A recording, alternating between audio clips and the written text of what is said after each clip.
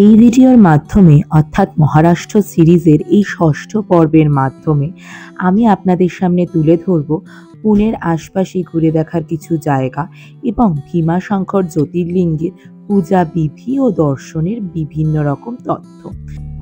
এই পর্বে থাকবে পুনের আশপাশে ঘুরে দেখার বিশেষ কিছু দর্শনীয় স্থানের সাথে ভীমাশঙ্কর জ্যোতির্লিঙ্গে পুজো দেওয়ার বিভিন্ন অভিজ্ঞতা। তো কথা না বাড়িয়ে এই ভিডিও তো শুরু করবই, তার সাথে আপনাদের আরেকটি অনুরোধ, মহারাষ্ট্র সিরিজের এই ভিডিওগুলো আপনারা এপিসোড অনুযায়ী ফলো করলে আপনারাও খুব সহজে ঘুরে আসতে পারবেন মহারাষ্ট্র। তো চলুন কথা না বাড়িয়ে শুরু করি আজকে ষষ্ঠতম এপিসোড। নমস্কার, আমি Soumi and welcome to my channel the Ghumakkar girl.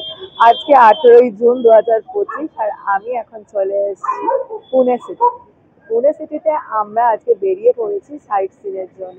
তো আজকে ফার্স্টে আমরা একটা অটো ধরে আমাদের হোটেল থেকে চলে এসেছি শনিবারওয়াড়াতে। তো এখন আমরা শনিবারওয়াড়ার দিকে যাব। এখন আমি শনিবারওয়াড়ার ভেতরে ঢুকছি। এখানে ভেতরে ঢুকে টিকিট স্ক্যান করে তারপরে অনলাইনে অর্থাৎ টিকিট কেটে তারপরে আমাদের মেন শনিবারওয়াড়ার ভেতরে এন্ট্রি নিতে হবে। তো এখন বিকেলের টাইম, শনিবারওয়াড়াতে বেশ ভিড় দেখতে পাচ্ছি আর কি। এই টাইমটায় মানে মানুষজন এখানে আসে এখানকার টাইম স্পেন্ড করতে। তো আমরা আগে টিকিটটা কেটে নেব, দেখি টিকিটের কি ব্যবস্থা।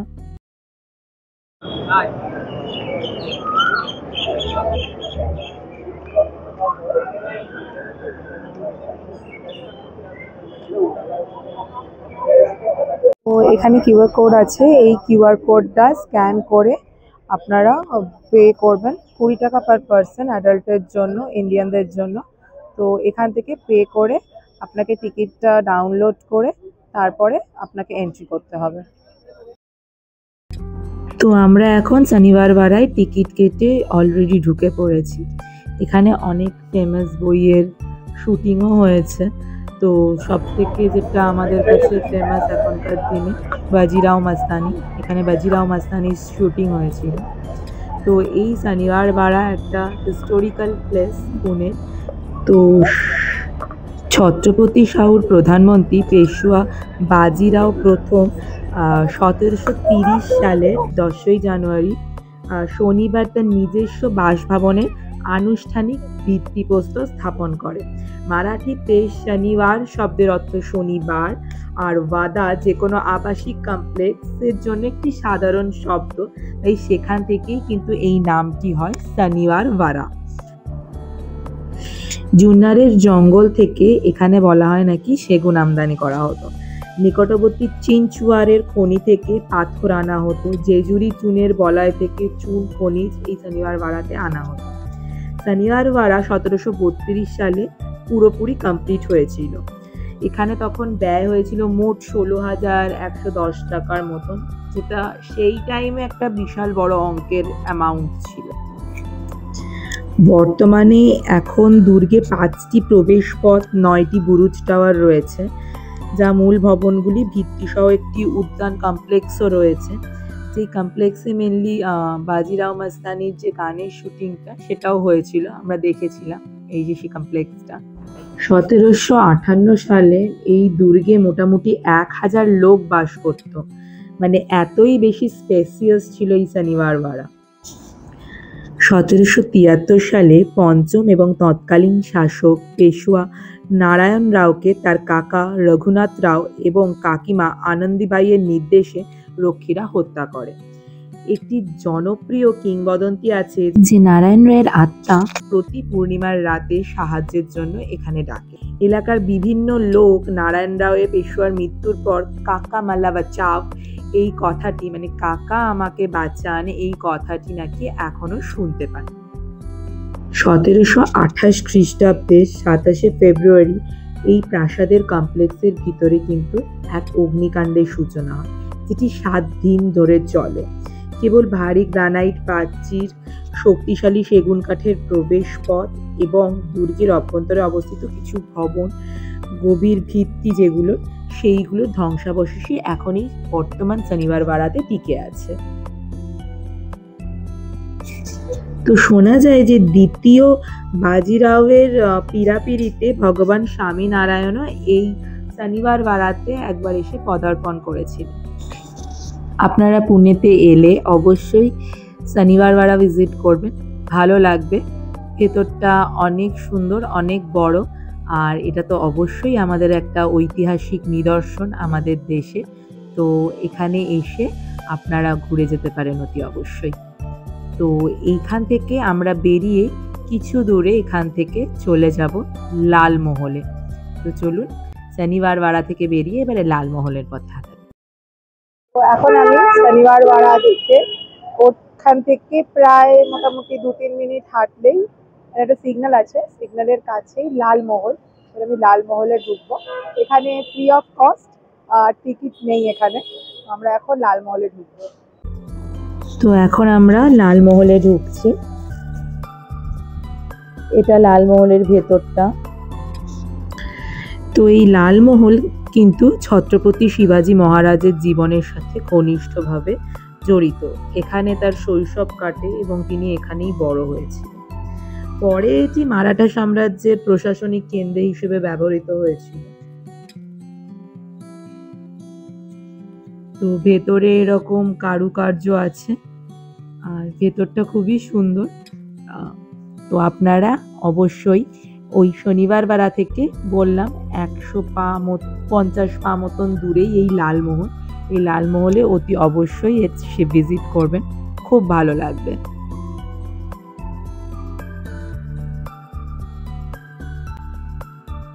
তো আমরা এখন এই লালমহল থেকে বেরিয়ে কিছুটা ওয়াকিং ডিস্টেন্সেই আছে হচ্ছে এখানকার বিখ্যাত গণেশ মন্দির, দগডু সেট হালওয়াই গণেশ টেম্পল। তো সেখানেই যাব। তো আমি এখন দাঁড়িয়ে আছি পুনের ফেমাস জায়গা, সেটা হচ্ছে দগডু সেট হালওয়াই গণপতি মন্দিরের সামনে। ভগবানের তো কোনো দাম হয় না, বাট এখানে ভগবানের নামে ইন্স্যুরেন্স করা আছে, 10 মিলিয়নের ইন্স্যুরেন্স। তো আমরা ভেতরে দর্শন পাস 100 টাকা করে, জেনারেল লাইনও আছে, আপনারা জেনারেল লাইনেও দিতে পারেন, আবার 100 রুপিস দিয়ে পার্কিংও করতে পারেন। ভেতরে ফটো নট অ্যালাউড, তাই জন্য ভেতরে তো দেখাতে পারবো না, বাট বাইরে থেকে আমি দেখিয়ে দিচ্ছি ভেতরে দর্শন করবো।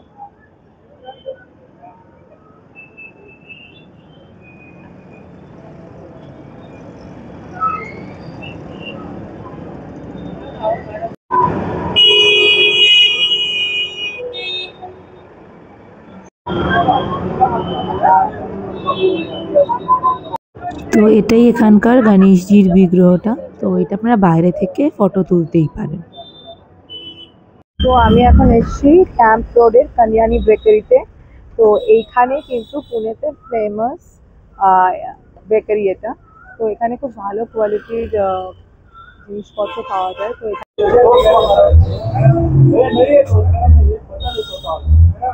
এখানে কিছু স্পেশাল জিনিস আছে, সেগুলোই নেব। তো দেখি কটা পাওয়া যায়, কারণ প্রায় শেষ। তো আমি এখন কানানি ক্যাফের ভেতরে আছি। তো এখান থেকে নান কাটাই টাইপের একটা মানে কুকিজ এখানে ফেমাস, ক্রিউসবেরি বলে। তো আমি সেইটা নিলাম আর একটা পাম কেক নিলাম। তো পুনেতে আসলে অবশ্যই সাজেস্ট করব এই বেকারি, অর্থাৎ কানানি বেকারিতে আসছে। অনেক বেকারি আছে, বাট এই বেকারিটা খুব ফেমাস অ্যান্ড প্রোডাক্ট খুব ভালো। তো আমরা এখন এই হালকা হালকা বৃষ্টি ভেজা পুনের রাস্তা ধরে এগিয়ে চলেছি আগা খান প্যালেসের দিকে। তো আমরা এখন আগা খান প্যালেসের দিকে যাচ্ছি। তো এখন আমরা পৌঁছে গেছি আগা খান প্যালেসের সামনে। আমাদের ভারতের ইতিহাসে এটাও কিন্তু একটি প্রচণ্ড মূল্যবান জায়গা। তো আমি এখন আগা খান প্যালেসের ভেতরে ঢুকছি। তো এই আগা খান প্যালেসের এখানে এটা হচ্ছে টিকিট কাউন্টার। এখান থেকে আপনাকে অনলাইনে টিকিট কেটে ভেতরে ঢুকতে হবে। 25 টাকা করে পার পার্সন টিকিট।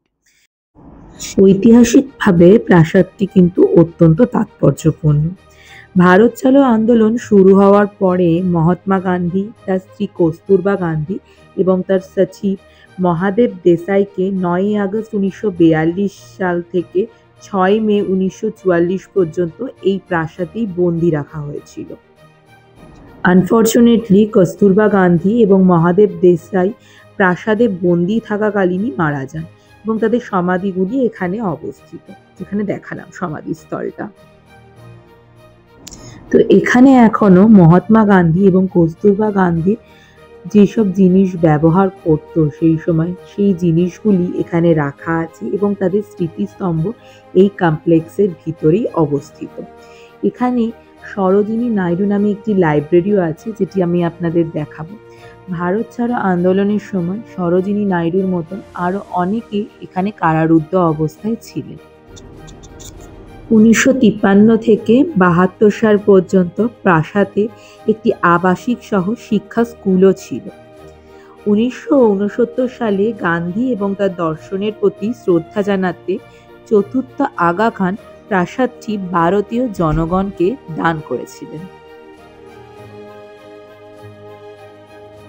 এই আগা খান প্যালেস কিন্তু বেশ বড় চত্বর জুড়ে, তো ঘুরে দেখতে অনেকটাই সময় লাগবে। আর অতি অবশ্যই পুনেতে এলে একবার আগা খান প্যালেস ভিজিট করবেন। এই আগা খান প্যালেস কিন্তু 5:30 বিকেলে বন্ধ হয়ে যায়। তো এই আগা খান প্যালেস বা শনিবার বাড়া বা লালমহল ভিজিট করতে হলে অতি অবশ্যই আপনারা 5:30টার আগে বিকেলে ভিজিট করবেন।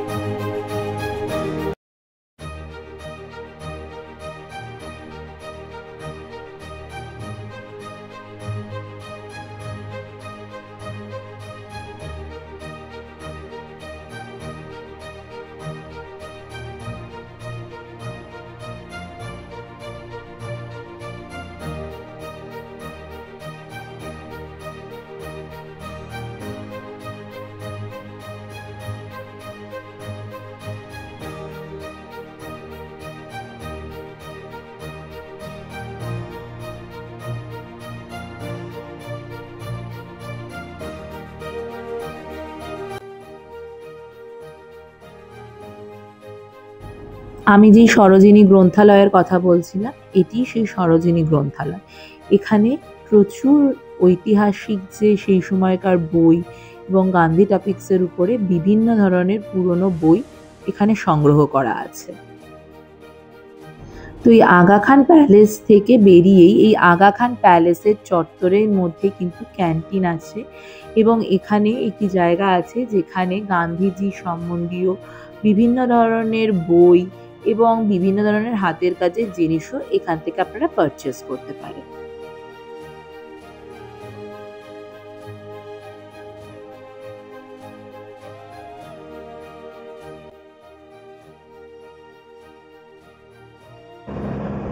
তো এখন আমরা এগিয়ে চলেছি আমাদের হোটেলের দিকে। বেশ বৃষ্টি বৃষ্টি ওয়েদার। এইখানে হোটেলটা দেখিয়ে দিই, হোটেলটা দেখানো হয়নি। আমাদের হোটেলের নাম হচ্ছে হোটেল সর্দার। আমি মেক মাই ট্রিপ থেকে বুক করেছিলাম। আমার হোটেলের চার্জ নিয়েছে এসি ডিলাক্স রুম 2300 টাকা পার ডে উইথ জিএসটি। হোটেলটা একদম স্টেশন আর বাস স্ট্যান্ডের কাছে, আগাকার রোডে, একদম পুনে স্টেশনের কাছে 300 মিটারের মধ্যে।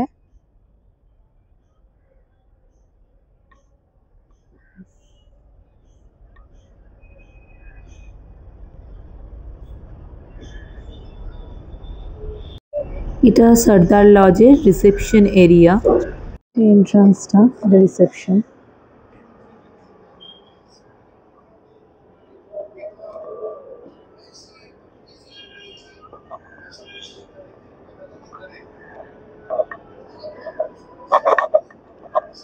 আমাদের গ্রাউন্ড ফ্লোরেই দেওয়া হয়েছে, রুম নাম্বার 105। তো এটা আমাদের রুমের ভেতরটা। আমার রুমটা বেশ ভালো লেগেছে। তো আপনারা চাইলে সর্দার লজ বুক করতেই পারেন পুনেতে এসে। আমি ডেসক্রিপশন বক্সে লিঙ্ক, ফোন নাম্বার সব কিছুই দিয়ে দেব। তো একটু আনপ্যাকড করা আছে সমস্ত জিনিস, তাই একটু অগোছালো চারিদিকটা। তো এখন এইটা হচ্ছে আমাদের রুম। আমি তো দেখালাম ওয়ার্ড্রপ আছে, বেডটা বেশ বড়। এই বেডের পাশে দুটো বেড সাইড টেবিল আছে, এখানে ড্রয়ার্স আছে, রাখার প্রচুর জায়গা আছে। বেডটা বেশ বড়, মিরর আছে। আর এই ওয়ার্ড্রপের ভেতরে একটা লকারও দেওয়া আছে। এখানে সাইড টেবিল, সেন্টার টেবিল দেখালাম। আর এটা তো হচ্ছে bathroom area, western style bathroom আছে। ওয়াশরুমে গিজারের ব্যবস্থা আছে। এখানে বেসিন, এডজস্টেড ফ্যান, পেছনে হুক দেওয়া আছে। বেশ পরিষ্কার পরিচ্ছন্ন এবং ভালো হোটেলটি। তো সারাদিন এই ঘোরাঘুরি জার্নির পরে প্রচণ্ড খিদে পেয়ে গেছে। তো এখন আমরা একটু বাইরে বেরিয়ে আবার ফ্রেশ হয়ে ডিনারের জন্য যাব। আমরা খেতে চলে এসেছি, আজকে ভীষণ টায়ার্ড। তো এই খাওয়ার পরে আমরা সোজা হোটেলে ঢুকে যাব। আমাদের হোটেলের 100 মিটার দূরে এই খাবার দোকানটা। তো এখান থেকে পাঞ্জাবি থালি নিলাম। 3টে করে রুটি থাকে, 2টো তরকারি, একটা ডাল, দই, মিষ্টি আর ভাত থাকে। রাইসটা এখনো দেয়নি, রাইসটা দেবে। আর চাটনি, এটা 220 টাকা করে প্লেট। একদম স্টেশনের অপোজিটে, স্টেশন থেকে বাস স্টপেজের অপোজিটে।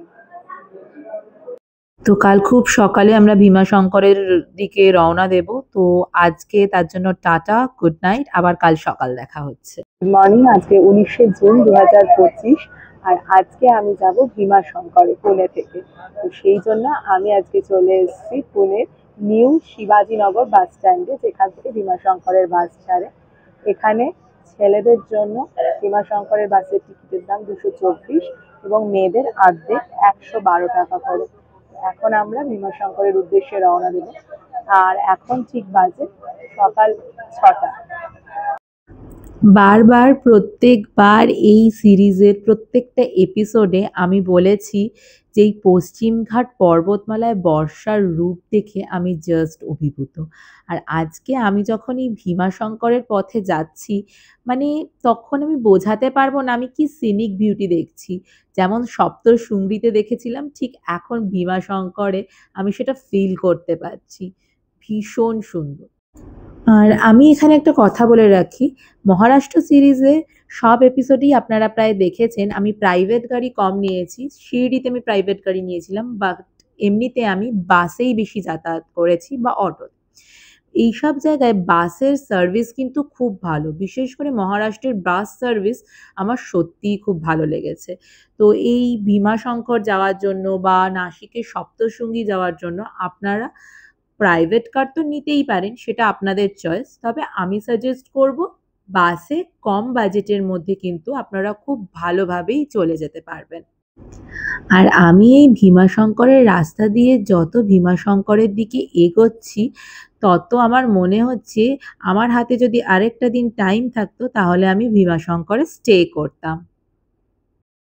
এখন আমরা একটা জায়গায় এসে দাঁড়িয়েছি, মানে মাঞ্চার টাঞ্চার পেরিয়ে এসে দাঁড়িয়েছি। এখনো মোটামুটি 1-1.5 ঘন্টার মতন রাস্তা বাকি আছে। তো এত সুন্দর, আজকে প্রচন্ড বৃষ্টি হচ্ছে, যার জন্য নামতে পারলাম না। কিন্তু এখানে ওই চায় নাস্তার জন্য একটু দাঁড়িয়েছে বাস। দারুণ সুন্দর। আর মানে আস্তে আস্তে তো দেখালামই যে কি সুন্দর, মানে মানে সবুজ লাগছে বর্ষায়। পাহাড়ের একটা যেন আলাদাই রূপ, সেটা তো দেখালাম আস্তে আস্তে। যতটা ছবিতে দেখানো যায় আহ পুরোটা তো আর দেখানো যায় না, বা এই অনুভূতিগুলো মানে নিজের চোখে না দেখলে আর কেউ বুঝতে পারবে না। দারুণ সুন্দর লাগছে। এখন আমি 10টা 18 বাজে, 6টার সময় বাস ছেড়েছিল, 10টা 18-য় বাস নামালো আমাদেরকে ভীমাশঙ্করে। তো মানে প্রচন্ড আর কি ফগ ভর্তি হয়ে গেছে, বৃষ্টি পড়ছে হালকা হালকা। আমরা ঢুকছি, আমি আপনাদের দেখাচ্ছি চারপাশটা। তো যেখানে বাস থামাবে সেখানে বড় শৌচাগার, স্নানঘরের ব্যবস্থা আছে। আপনারা সেখান থেকে স্নান করে আপনারা এখানে ভীমাশঙ্করে পুজো দিতে পারেন। আর এই রাস্তার সাইডে প্রচুর খাওয়ার দোকান আছে। তো আপনাদের এখানে খেতে বা কিছু করতে কোনো অসুবিধা হবে না। আমার হাতে যদি টাইম থাকতো তাহলে আমি এখানে, আমি বললামই যে এত সুন্দর বিউটি, আমি এখানে একদিন স্টে করতাম। এখানে এই ভেতরে কিন্তু এই মানে যেখান থেকে ভীমাশঙ্করের গেটটা শুরু, তার আগে অনেক গেস্ট হাউসও আছে। দুটো তিনটে গেস্ট হাউস আছে, তো আপনারা এখানে থাকতে পারবেন। খুব বেশি গেস্ট হাউস নেই, বাট এখানে আপনাদের থাকার অপশন আছে। তো ভীষণ সুন্দর। আপনাদের সাজেস্ট করব, আপনারা যদি পুনেতে এসে ভীমাশঙ্করে আসেন তাহলে একবার একদিন এখানে এসে থাকতে পারেন, খুব ভালো লাগবে। তো এখান থেকে আমাদের সিঁড়ি ধরে নেমে যেতে হবে, প্রায় ওই 300টা মতন সিঁড়ি, 300 থেকে 350 মতন সিঁড়ি। খুব একটা কষ্টের কোনো ব্যাপার নেই, আস্তে আস্তে নেমে যেতে পারবেন। এই যে ভীমাশঙ্কর জ্যোতির্লিঙ্গের গেট, এখান থেকে এই সিঁড়িগুলো শুরু হচ্ছে। এখান থেকে জাস্ট 300-350 সিঁড়ি আপনাকে নামতে হবে, কোনো অসুবিধা হবে না। বেশ চওড়া সিঁড়ি, তবে একটু পিছল, বর্ষাকাল বলে সাবধানে দেখে শুনে একটু নামবেন। এই যে এখন আমরা ভেতরে ঢুকছি, এখানে কিন্তু কোনো স্পেশাল টিকিটের কোনো ব্যাপার নেই।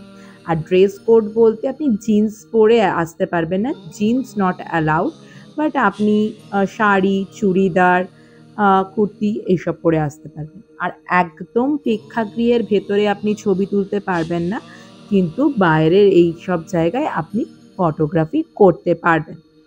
তো এই ভীমাশঙ্করের সাথে একটি পৌরাণিক কাহানি যুক্ত। তো শিবপুরাণ অনুসারে কুম্ভকর্ণের ছেলে হলো ভীমাসুর। তো এই কুম্ভকর্ণকে বধ করেছিলেন নারায়ণের মানব অবতার রাম, আমরা সবাই জানি। তো ভীমাসুর তার পিতার বধের প্রতিশোধ নেওয়ার জন্য ব্রহ্মদেবের তপস্যা করেন, এবং এই ব্রহ্মার তপস্যার ফলে ব্রহ্মা খুশি হয়ে তাকে বরদান করে, যার ফলে ভীমাসুর অতিরিক্ত শক্তিশালী হয়ে ওঠে এবং নারায়ণ তাকে বধ করতে না পারে, এই বরদান সে পায়। সেই বরদান পেয়ে ভীমাসুর অত্যাচার শুরু করে, তার পাশের রাজ্যের রাজাকে বন্দি করেন। সেই রাজা ছিলেন শিব ভক্ত। সেই রাজাকে ভীমাসুর হত্যা করতে গেলে নারায়ণ এসে তাকে রক্ষা করে এবং নারায়ণ ও ভীমাসুরের মধ্যে যুদ্ধ শুরু হয়। শিব তখন তপস্যায় লীন ছিলেন, ব্রহ্মার আহ্বানে তখন শিব এই ভীমাসুরকে বধ করেন। এই শিব ভক্ত রাজার অনুরোধেই শিব এখানে ভীমাশঙ্কর জ্যোতির্লিঙ্গ রূপে আবির্ভূত হন। তো এইমাত্র পুজো দেওয়া শেষ হলো, বাবাকে খুব ভালো করে ছুতে পেরেছি, মন প্রাণ দিয়ে পুজো দিতে পেরেছি, অনেকক্ষণ থাকতে পেরেছি বাবার কাছে, ভীষণ ভালো লাগছে।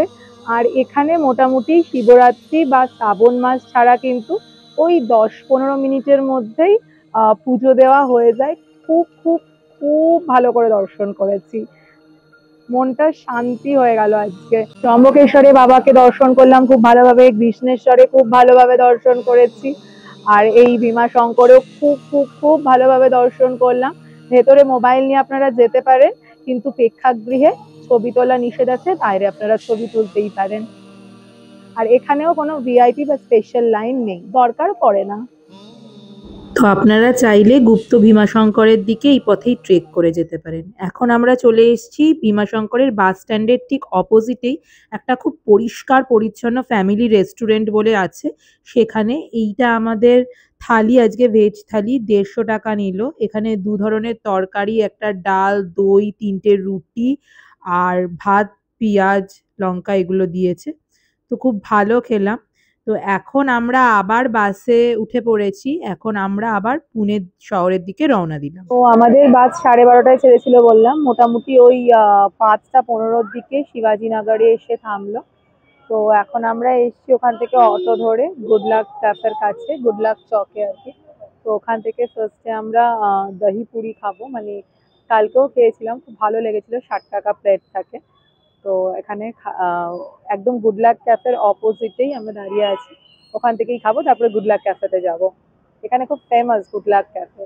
আর পালকির জন্য চারিদিক আর কি সেজে উঠেছে। এখানে ওই একজন সন্ত আছে, তার পালকি কালকে বেরোয়, প্রত্যেক বছরই বেরোয়, তো এখানে প্রচুর লোক হয় সেই কারণে। তো ওই কারণে এখন সাজে সাজে রব, কালকে পালকি বেরোবে, তাই ট্রাফিকও বেশি। এই যে আমরা এই দোকানটা থেকে খেয়েছি, আর এই যে দহি পুরি, আর এইটা ঠিক হচ্ছে এই যে গুডলাক ক্যাফে। এই গুডলাক ক্যাফের নাম হচ্ছে এখানে গুডলাক চক হয়ে গেছে নামটা।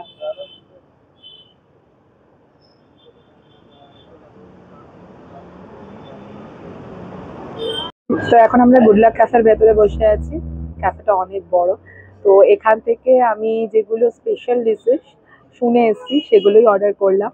একটা মশালা গ্রিল অমলেট, অর্ডার করেছি, দুটো চা অর্ডার করেছি, বান মাস্কা অর্ডার করেছি, আর মাটন কিমা এখানকার খুব বিখ্যাত। সো মাটন কিমাটা আমি প্যাকিং করিয়ে নিয়ে যাব, ওটা রাত্রির বেলায় ডিনারে খাবো। তো দেখা যাক কেমন, সবার থেকে এটা ভীষণ শুনেছি গুড লাক ক্যাফে সম্বন্ধে, দেখা যাক। তো এখানে আমাদের চিজ গ্রিল অমলেট, মশালা অমলেট চলে এসছে, দুটো চা চলে এসছে, বান মাস্কাটা এখনো দেয়নি, ওটা বাকি আছে। বান মাস্কা এটা আর একটু দিয়েছিল, মানে খেতে খেতে আর কি আমরা অভিভূত হয়ে গেছি বলে আর দেওয়া হয়নি। ওটা পার্সেল আমাদের চিকেন কিমার, অসাধারণ, এখানে এসে মাস্ট ট্রাই বান মাস্কা, চিজ গ্রিলড অমলেট, চা অ্যান্ড চিকেন কিমাটা, মাটন কিমাটা তো এখনো খাইনি, বাট এটাই সবাই রেকমেন্ড করে। বাট এই যত কটা খেয়েছি অসম, জাস্ট অসম। তো এখান থেকে তো বললাম, এখান থেকে আরেকটা জিনিসও নিলাম, ক্রিম চিকেন রোল, সেটার দাম 150 টাকা নিল। আর আমরা যা খেলাম মানে কিমা নিলাম, আর যে বান মাস্কা খেলাম, দুটো চা, আর মশালা চিজ অমলেট যেটা কিনলাম, সেটা নিয়ে মোট 604 টাকা। আর 150 টাকা হচ্ছে ওই চিকেন ক্রিম রোলটা। বেশ রিজনেবল প্রাইস, অ্যান্ড খাওয়ার কোয়ালিটি দারুণ সুন্দর। আর মাটন কিমাটা আর রোলটা কেমন নিশ্চয়ই রিভিউ দেব, বলবো খেয়ে রাত্রির বেলায়। আর আমি দেখিয়ে দিচ্ছি, এই গুড লাক চক কাউকে বললেই চিনে যাবে, বা ক্যাফে গুড লাক বললেই, যে কাউকে বললেই অটোওয়ালা একদম আপনাদের এখানে নিয়ে চলে আসবে। খুব ফেমাস জায়গা, আমি দেখিয়েও দিচ্ছি আপনাদের। এটা হলো বৃষ্টি ভেজা গুড লাক চক। আর এর ঠিক গুড লাক চকের ঠিক অপোজিটে এই হচ্ছে গুড লাক ক্যাফে, মানে ক্যাফে গুড লাক বলে লেখা আছে। কি বহুত পুরনো ক্যাফে, ইরানি ক্যাফে। তো এখানে এটা সকাল 7টায় ওপেন হয়ে যায় আর রাত্রি 9:30 পর্যন্ত ওপেন থাকে। তো এখন আমরা অলরেডি হোটেলে এসে গেছি। ফেরার সময় আমরা কালকে যেই হোটেলটা থেকে খেয়েছিলাম রাত্রির বেলায়, শ্রীকৃষ্ণ, অত ভালো ছিল না। তোর পাশেই একটা হোটেল ছিল লক্ষ্মী, তো ওখান থেকে গিয়ে একটু লস্যি খেলাম, তো লস্যিটা খুব সুন্দর করেছিল 30 টাকার। তো তাই জন্য ওখান থেকে রাত্রিরে রুটি নেওয়ার কথা ছিল, রুটি নিলাম। আর তার সাথে আলু মাটারের একটা সবজি আমরা পার্সেল করিয়ে নিলাম। তো আর আর কিছু মিসালের চূড়া কিনলাম, কারণ ওটা তো স্পেশালিটি, বাড়িতে গিয়ে বানাবো তাই জন্য। তো ওই সামনেই ছিল, তো ওখান থেকে কিনলাম। তো নিশ্চয়ই জানাবো রাত্রিরে যে কেমন লাগলো মাটন কিমা আর চিকেন যে ক্রিম রোল, আর যেইটা মানে মাটার আলু মাটার যেটা আছে সেটা কেমন লাগলো নিশ্চয়ই বলবো। তো আমরা আমাদের রাতের ডিনার সাজিয়ে বসে পড়েছি। এই যে মাটন কিমা, আলু মটরের সবজি, আর এই যে রোলটা আমরা ভাগ করে নিয়েছি, রোলটা আরও বড়, রোলটা ভাগ করেছি দুজনে মিলে। তো খাওয়ারগুলো কিন্তু দারুণ, আলু মটরের সবজিটাও দারুণ ছিল। তো রাত্রিরের খাওয়া কমপ্লিট। কালকে সকালবেলায় আমাদের মুম্বাইয়ের জন্য ট্রেন আছে পুনে থেকে। খাবারগুলো সত্যিই দারুণ। এখানে এসে ক্যাফে গুড লাগে, যে আমি বললাম গ্রিলড অমলেট, স্যান্ডউইচ, মশালা অমলেট যেটা আছে সেটা, অ্যান্ড চা, বান মাস্কা অ্যান্ড মাটন কিমা, অবশ্যই রিকমেন্ডেড, এটা ট্রাই করবেন, ভালো লাগবে আশা করছি। আর আলু মটরের সবজিটাও মোটামুটি ভালো ছিল। সো আর এই ভিডিওটা আমি এখানেই শেষ করছি। যদি ভিডিওটি ভালো লেগে থাকে অতি অবশ্যই লাইক, কমেন্ট, শেয়ার অ্যান্ড অতি অবশ্যই সাবস্ক্রাইব করে আমার পাশে থাকবেন। সুস্থ থাকবেন, ভালো থাকবেন, আর ততক্ষণ পর্যন্ত টাটা।